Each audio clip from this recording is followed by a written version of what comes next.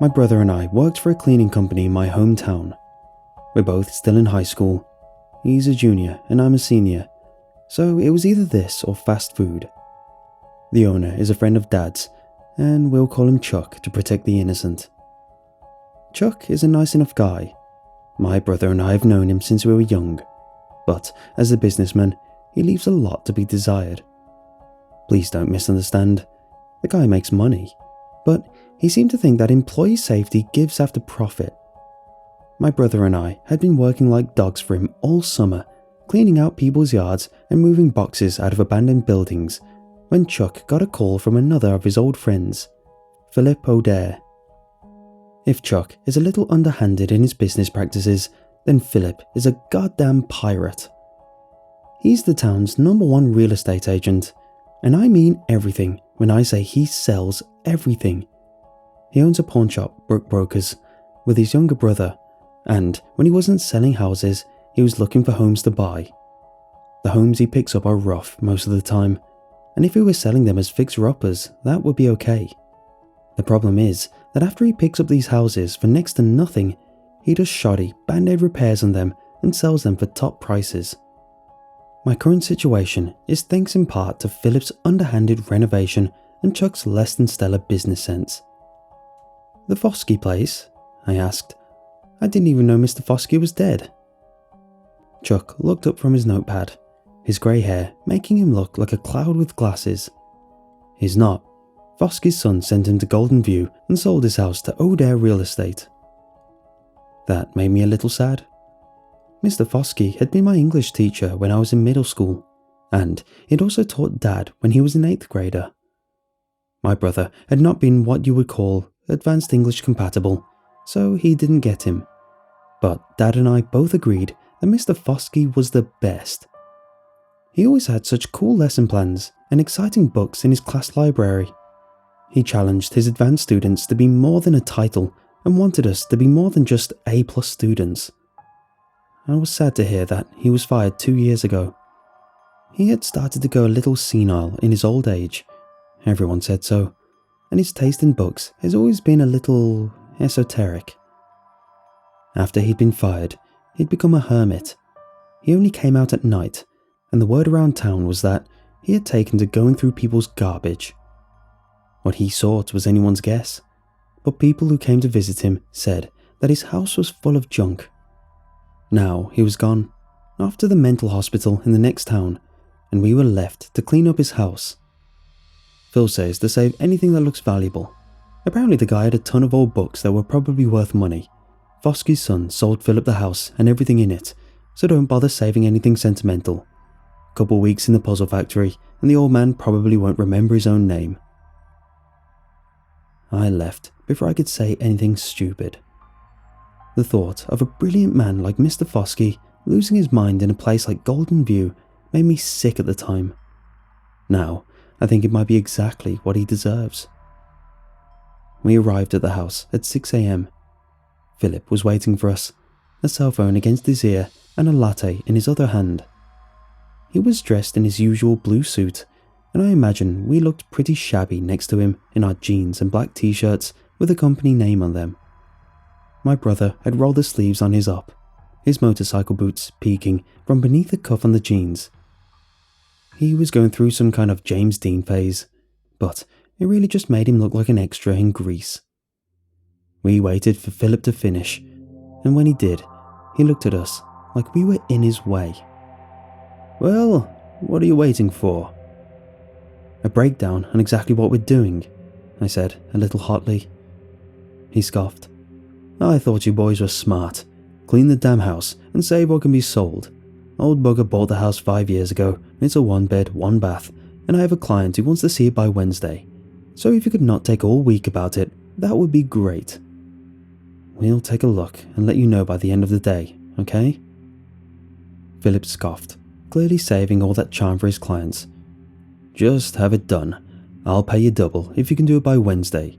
You, not your boss." That was a tantalizing offer. Chuck was great, but he tended to be a little light with the checks. We were being paid under the table, so we couldn't really argue, but some extra cash would be sweet. I shook Philip's hand and said we would have it done by Wednesday. He nodded and left, the sound of his T-Bird cutting up the road as he went. I immediately regretted my words when I saw the inside of the house. The house had a strange floor plan. There was a living room and a dining room with a bar that overlooked them from the kitchen. Off the kitchen was a bathroom and a back door to get out back where you could sit in a small backyard. Off the living room was another door that I guessed was a bedroom. The house had a strange sort of feel to it when I came inside, and I could believe that such a place would draw Mr. Foskey to it. It was eccentric in a utilitarian way, a way that he would understand. The living room/dining room was full of trash and furniture, stuffed floor to ceiling. I could see a little walkways from the living room to the kitchen. The kitchen spared the worst of it, but it was still covered in garbage. The floor had a solid foot of garbage on it. The cabinets were covered in old food wrappers, and the refrigerator seemed clean, but the door wouldn't open due to the junk. The cabinets were stuffed with garbage, and I sighed as I thought about the job at hand. This looked like a good week's worth of work, between the living room and the kitchen alone. I'll take the kitchen, you take the living room. Whoever finishes first will help the other. My brother scoffed. Why do you get the kitchen?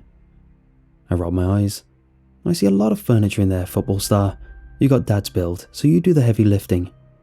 He scoffed. And you got Mom's build, so I guess you get your girly ass in the kitchen, he said with a laugh.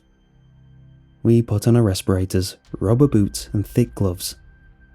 We hadn't seen anything that would make us break out the hazmat suits yet, but I liked to be safe. We were definitely working with some old refuse, possibly refuse that had been outside, and that meant that rodents were a danger, as were insects. We'd cleaned out a shed like this not even a month ago and ran upon a secret hornet's nest. That had made us wary about attacking big mounds of trash. So, as I started in the kitchen, I was careful to look where I was putting my hands. I got lucky. The trash was mostly dry and clean, and it was easily bagged. I heard my brother straining and grunting in the living room and looked out to see him wrestling with some sizable pieces of furniture. He was dragging them out onto the lawn. Philip had a mobile storage unit waiting out front and then loaded them into the unit. I watched them groan as he tried to lift an antique dining room table, which had been the linchpin of a large pile of garbage, before going to help him.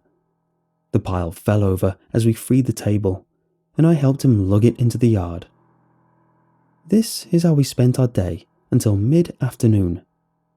By 4, I had all the garbage out of the kitchen. My brother had gotten most of the furniture out of the living room and was wiping sweat from his brow as he stuffed papers into a bag. "Doesn't this guy have an AC?" he asked, out of breath. "I haven't seen a thermostat. Maybe it's in his bedroom." My brother stood up and walked to the door coming off the living room.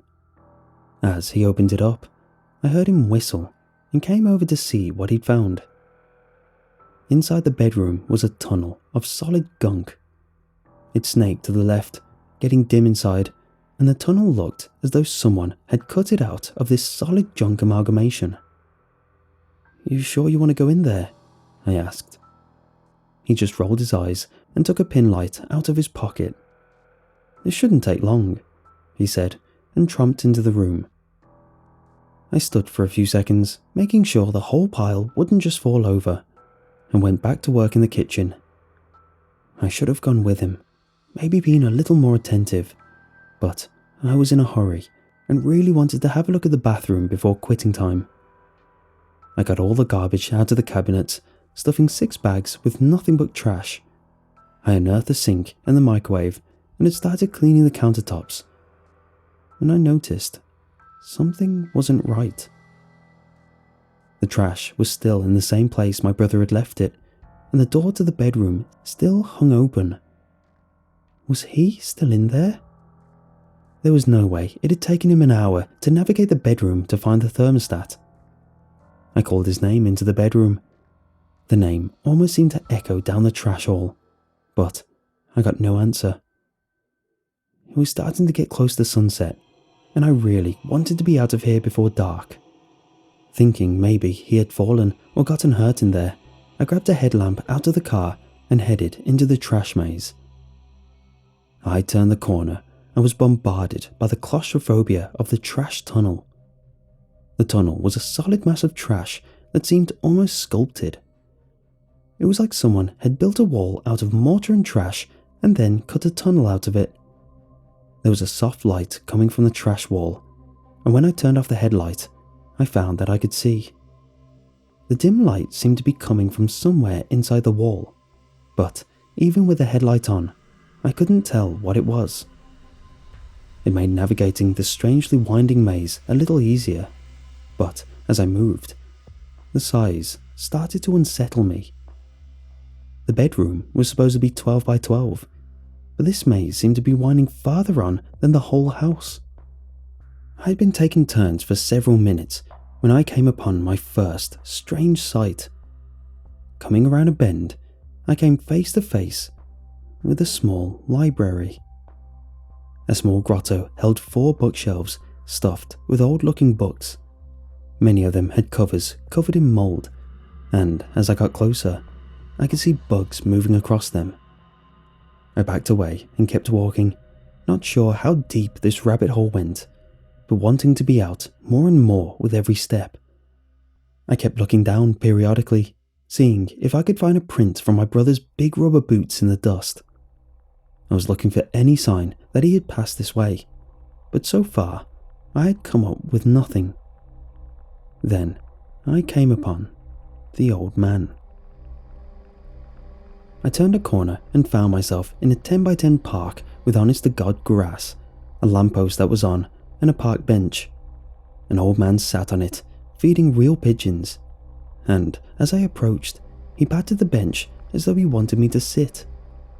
One look at the old guy told me I did not want to sit there.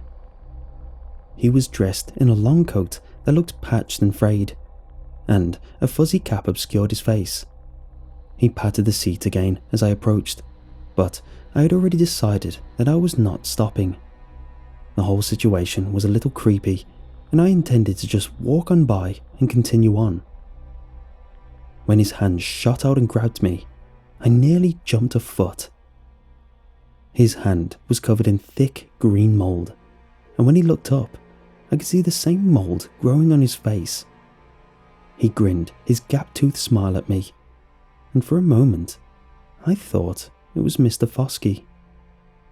His grip was firm but moist, and when I pulled away, his hand slipped off, and he sat there, grinning at me. Something clamped down on my ankle then, and I looked down to see that he was feeding rats. These were wharf rats too, not cute pet shop mice, and as they tried to scuttle up my rubber boots, I kicked them out and turned to run. The old man was standing then, a creaky moan coming from his dusty throat, but I was out of the park and into the tunnel again. I ran flat out, and as I ran, I imagined I could see the lights in the wall reaching out for me. Their brightness came reaching out towards me, and I ducked and dodged away from them as I came. The tunnel seemed to be nightmarishly claustrophobic as I ran, and I began taking turns at random. I had no idea where I was or where I was going. I only knew that I wanted to be out. I prayed that this tunnel would end, and that I would flop onto the carpet of the dirty living room, and that my brother would be waiting for me. He would wonder where I had been and what had taken me so long, and we would leave and never come back to this place again. Screw O'Dare and screw his money. As I stopped, panting and clutching a stitch in my side, I just wanted to be out. That's when I heard the footsteps. They echoed strangely up the tunnel, and they filled me with a deep sense of dread. Was it the old man coming after me? Some new horror? I didn't know, but the steps were heavy and ominous, and I knew that I did not want them to find me. I hid around the corner in a little trash alcove and shuddered in my cowardice. The steps grew closer. I was shaking all over. The footsteps were slow and knowing. I just knew it was some kind of new monster that wanted me, It was some mold monster that was trying to invade me like it had invaded the old man. It was the old man who wanted to breathe spores into me and infect me. I didn't know what it was, and I didn't care. At that moment, I just wanted to leave, and I was willing to kill to get out of here. Clomp, clomp, clomp. I saw a rock on the ground. Clomp, clomp, clomp. It looked like a jagged, broken paving stone. Clomp, clomp, clomp. I picked it up and held it against my chest. Clomp, clomp, clomp. I closed my eyes and steeled myself for what I was about to do. Clomp, clomp, clomp. I rounded the corner and swung the stone, and it connected with something that immediately staggered back, bellowing. I swung again, but it hit me around the waist and drove me to the ground. I dropped the rock in the skirmish, and as it rolled away, I felt hands close around my throat. It was choking me, choking my life out of me, and as I groped around, I could see little black swirls at the corner of my vision. I swung my fist at it, but without oxygen, it was a weak swing at best. I went back to groping, trying to find something, and finally my hand settled on something hard and jagged. I grabbed the rock and swung out, filling my lungs with air as the hands loosened and the shape fell over. I lifted the rock and swung it down at the shape, hitting it in the head. I straddled it, swinging again and again and again until it finally stopped moving. I was panting then, out of breath and covered in sweat. But when I flipped on the headlamp, I felt my breath escape in a sudden whoosh. I was choking air. I could not find any air. I was straddling a human being, his face mostly caved in, but the rolled up shirt sleeves were a dead giveaway. He was wearing our shirt, the shirt with the two happy moving men on the front, and as I threw the rock away, the tears began to flow. I jumped off him and ran, leaving him in the tunnel to God only knew what. I ran in a blind panic. I ran until I couldn't anymore and kept running. I ran until my legs burned and my lungs heaved. I bumped into walls and saw them crumble around me. As they fell, I felt the trash envelop me, and I embraced the entombing refuse as my fate. I had killed my brother. I deserved to be encased in garbage for all eternity. I deserved it. I could see flashing lights and was aware of being carried. I opened my eyes to see two paramedics rolling me into an ambulance and a panicked Chuck following close behind. Philip was there too, but he looked more aggravated than worried.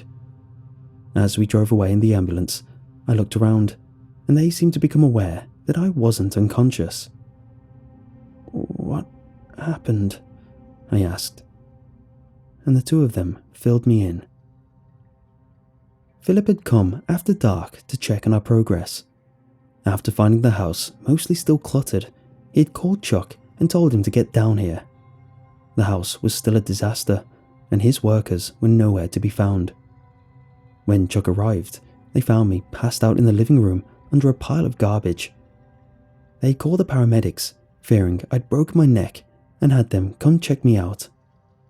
"Para said you're lucky to be alive, honestly," said Chuck, and Philip elbowed him, wanting him to shut up. "Why?" I asked hoarsely. He said the place was crawling with black mold. It was around the crown of the ceiling and baseboard. Hell, the whole place was set up. It's a good thing your brother left early, eh? I told Chuck I didn't remember him leaving. I told him about the bedroom, about the tunnel, and the strange things I'd seen down there. I don't think Chuck believed me, but they did go back to the house to look for him. They came to see me in the hospital later that night and told me they hadn't seen hide nor hair of him. He wasn't at home. They'd called Dad, and his truck was still at Chuck's shop. They don't know where he is, but they were sure he would turn up. I didn't answer them. A week later, they let me go and I was back to the house. The guys Philip got to clean it aren't as diligent as my brother and me, but they are great at leaving doors unlocked. I stood before the bedroom door like I expected it to open up on its own and suck me in. It didn't, and when I finally opened it, I found not a tunnel, but a cluttered bedroom on the other side. Just the bedroom. No tunnel, no monsters. Just a bedroom. It's been 2 weeks and no one has seen my brother. He's lying dead in some weird trash tunnel with his head caved in. A part of me knows this, but a part of me also knows that there is no trash tunnel behind that door. I don't know what to do. Dad is getting worried, the police have no leads, and I can't find the tunnel. I killed him, it's my fault, but if I tell people the story, they're going to lock me in Golden View right along with Mr. Foskey. I went to visit him a few days ago. No one monitors who's visiting the residents of Golden View. When I asked him about the trash tunnel and the golden mold, he just stared at me blankly. I begged him to tell me, screamed at him to help me find my brother. But whatever light was in Mr. Foskey when I was in his English class is gone. Now he just sits in the day room and watches soap operas with the rest of them. I don't know what to do. How do I get him back? What's going to happen the next time whatever poor sap who buys that house opens the bedroom door? Will they see their familiar bedroom, or be the next victim of the glowing tunnel